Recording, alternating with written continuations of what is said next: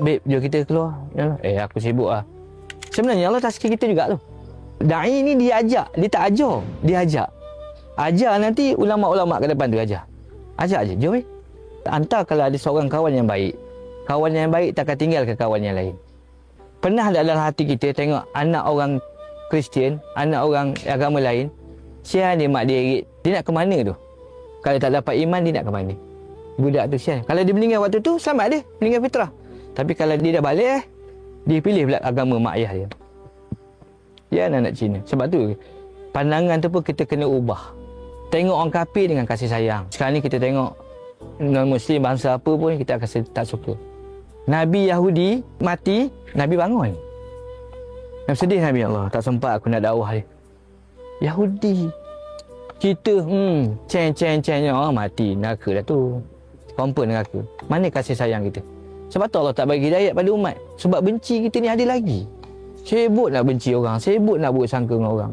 Kadang-kadang kita tengok seorang tu, dia ni pendosa, tiba-tiba dia meninggal. Dia ni selalu cerita kuat mencuri lah barang motor, meninggal. Dia ni masih hidup, nyusahkan orang, mati juga dia. So kau habis barang motor. Rupanya sebelum mati dia sempat bertaubat. Ya Allah, aku minta ampun pada engkau ya Allah. Aku banyak buat kesalahan ya Allah. Aku minta ampun. Menangis Allah ambil dia. Dan keadaan keampunan. Nabi kata, orang yang menceritakan keaiban orang, sedangkan dia dah bertaubat daripada dosa dia buat, dia takkan mati selagi dia tak buat dosa tu. Itu bahaya tu. Itu warning daripada Nabi, warning daripada Allah. Kita senang cakap orang, dek, sebab benda ni berlaku di tempat abang. Dia ni kaki ni, dia meninggal Jumaat. Ni kisah benar. Abang pergi beli kuih, orang kedai kopi tu punya. Macam mana kaki kocok ni boleh meninggal hari Jumaat? Pakcik-pakcik cerita. Sepatutnya bila kita tengok orang meninggal, apa perasaan kita? Ya Allah, moga Allah ampuni dia, kan?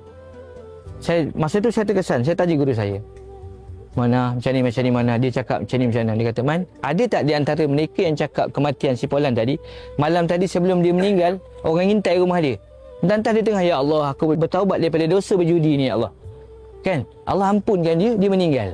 Yang pakcik-pakcik yang cakap tadi tak pasal-pasal, umur 80 kejap lagi, dia pula yang kena. Nabi warning, siapa yang mencerita keaiban manusia lain sedangkan dia bertaubat dah daripada dosa tu, dia takkan mati selagi dia tak buat benda tu. Bahaya tau. Bawa manusia dengan sangka baik.